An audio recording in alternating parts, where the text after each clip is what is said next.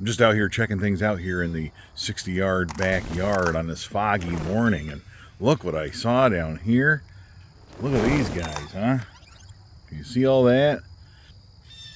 It reminds me that we've got to fix those cages on the elderberries that I planted in the Kingdom of Bunjie. Very good news. The combination of triclopyr and imazapyr and water and all that stuff appears to be working very well on autumn olive. So I will go around. I didn't even hack and spray that. I just did it all foliar.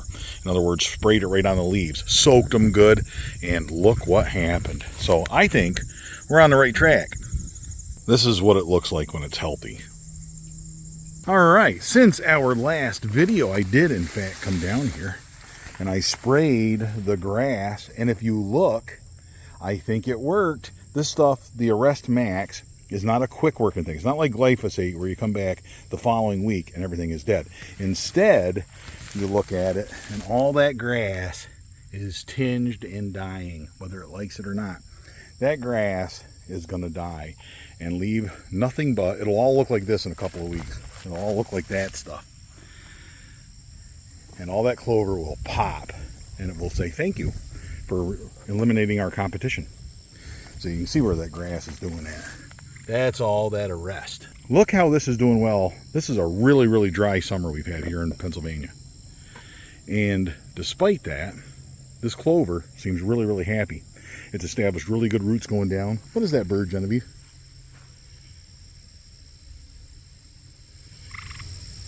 Oh, that's a tree frog. A tree frog? Yep.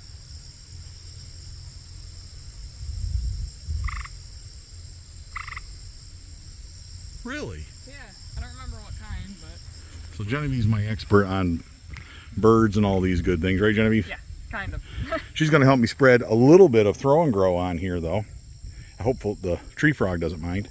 But I'm going to go through here and put a throw and grow, that same ryegrass nobody likes. We're going to spread that on here, let the rains beat it in over the coming weeks. Might get a little growth in here, and I'm thinking that will help keep the deer off the clover enough, provide enough food where we can still hunt this, because it's a small plot, and these bait-sized food plots can get eaten pretty good. They are eating this clover, just so you know. Like, you can look everywhere and see where they have eaten off the stems and stuff. I waited out through there when I was spraying. I noticed it pretty regular. You know, you've got a lot of stuff that's been eaten, and so they're definitely hitting it. They like this. Who wouldn't? But we're going to spray that in here, just sort of top seed it with a little bit of that. It'll grow up this year. In the spring, don't you worry, this year, in the spring, I will frost seed more clover into this. And in addition to that, I am going to go through here and spray it again with the Arrest and get rid of the grasses so they don't come in next year at all. I'll get them early next year, like in June. We'll go through here and spray it, and it'll be nothing but clover by the time.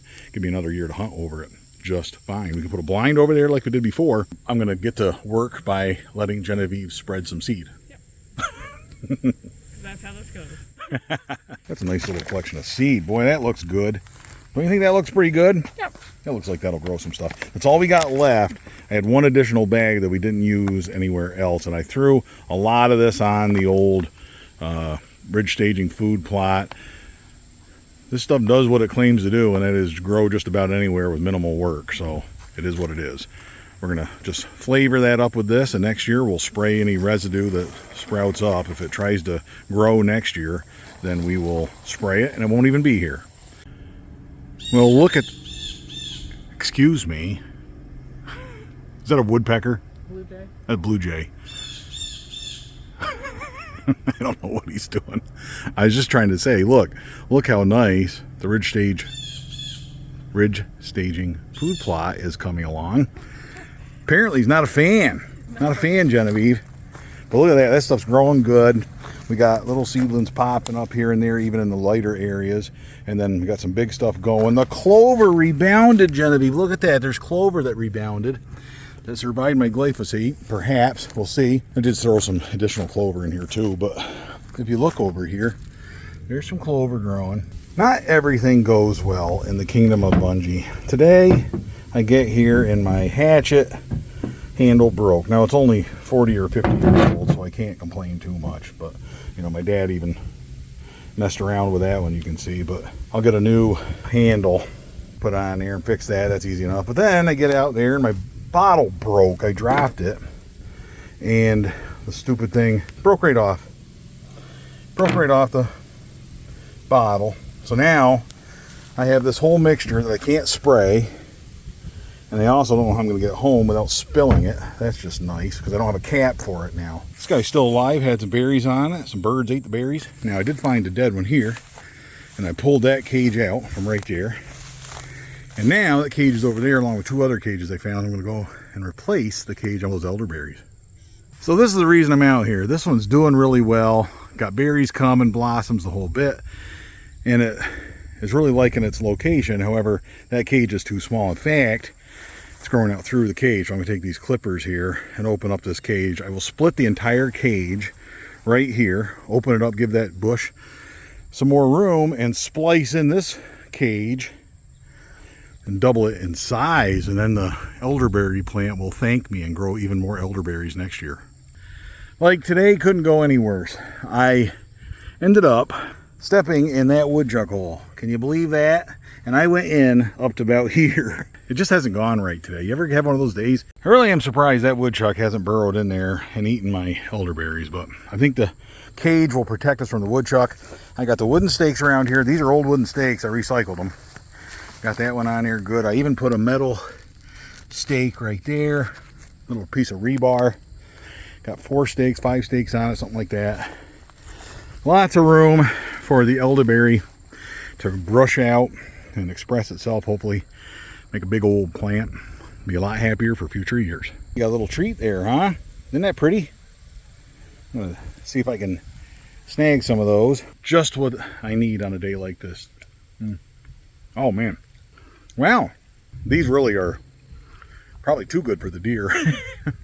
But if I can get them to grow, I'll be down here making stuff with them. Which leads me to think here, I should be making some kind of syrup or something at least this year with all those elderberries we got. Not a bad plan. Looking pretty good. This is something pollinators are going to love. There's no doubt about that. Isn't that pretty? I think it's pretty. I folded this one in so the deer aren't going to be poking themselves if they do try to get in there. But I recycled the old stakes. I'm pretty impressed. Those are old stakes. I mean, they're going back 10 years. They're still solid enough with some zip ties to hold those cages in place. So we'll check on them again in the spring, over the winter, whatever. See if they keep doing their jobs. The elderberries are done and happy. If my bottle hadn't broken, I'd spray that thing and get rid of it. But I'll have to come back and do that later. I am going to walk through here. Now that I know that mixture works good on autumn olive, I'm going to wade through here and get rid of about every third one. I want the cover. I still want the screening that it provides, a little bit of cover, but I want more vegetation. I don't care if it's goldenrod. I don't care if it's, well, that's multi-flower rose. I don't want that. But I want more of that right there. Flowery stuff, meadow stuff. This is where I shot my first buck. He was coming right up out of there, sneaking right up out from right over there. And I was on my knee right over there. 1,000 yards away with my Model 94 Winchester 30-30. 1,000-yard shot across the buckfield from there over to there. At least that's what it was if you heard my dad tell the story, which I appreciated. But when I shot that deer, this is all mowed. It was just a field. He was escaping from hunters who were pushing him from clear down on the neighbors. My dad was in that barn right there, poked his head out. "Did you get one?" He yelled down across the field. I still remember that. And I'm like, "Yeah, it's a nice one." I couldn't believe it. He died right about where I'm standing, actually, and we pulled the Jeep down here. We had an old Willie's Jeep. The rest of that's in my book. It's a funny story, but the Death by Bunjie crossbow story, not to be confused with the Death by Bunjie crossbow method. The method, the story's like the origin story, right? It's what made me a crossbow hunter, as opposed to just a hunter, as opposed to an archery hunter.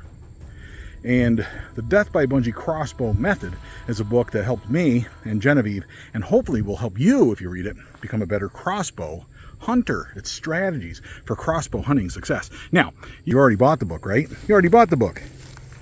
But I'm going to give you a couple tips, right? First of all, when working in the field, you got a black truck that's going to be extremely hot. So don't get in that truck until you got the air conditioning on. Let it run a little bit with the air conditioning. That's a good tip. Here's another good tip.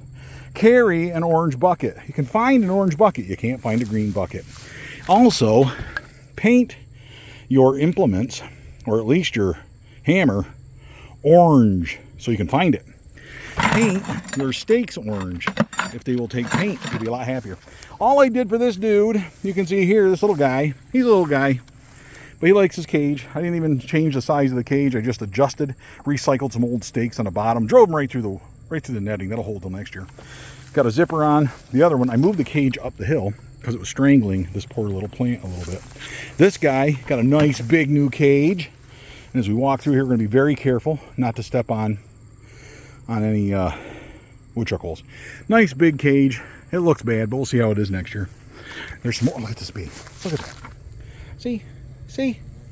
It's not just deer. It really isn't just deer. That gets me excited. This one has one growing here, right? That's where I had my little treat. Thank you very much. Thank you. Leave a few others for the birds right there. These will all be, they're getting picked over by the birds pretty good already. And I'm glad they are. But this will give that a lot more room to grow up. And here's the first one we did with the woodchuck hole. So let's be careful. But look at that, still flowering. That's a good healthy elderberry. And I think it'll branch out a lot more. All that dead stuff is because the deer are reaching in there and eating those branches. And speaking of deer, let's bend this in a little bit. Bend them in so we don't get those pointies sticking out here. I don't want deer trying to get in there and getting stabbed by them or anything, you know. Time to go see how Genevieve made out. Geez, I can see what she's been doing from clear out here. She's tipped over quite a bit of stuff here. Now this, most of it's going to end up hacking square in here. Get rid of these little ones. Just open it up. We want upland savanna. That's what Dr. Grant Woods calls it. So that's what we're going for on this upper flat lot. Then we can always put a food plot in here after some of those trees naturally clear themselves. But yeah, she's tipped over a bunch. We're trying to tangle it up at the edge of the property, on the property line, so that it makes it a little harder for the deer to get through here. You know what I'm saying? Slow them down once they get past this little roadway. They get past here, we're going to tangle it up a little bit, so they have to kind of go. It'll slow them down before they get to the property line. How'd you make out? There's so many trees. Man, it's such a pain to pull them down through the top. Oh, they get in their own way.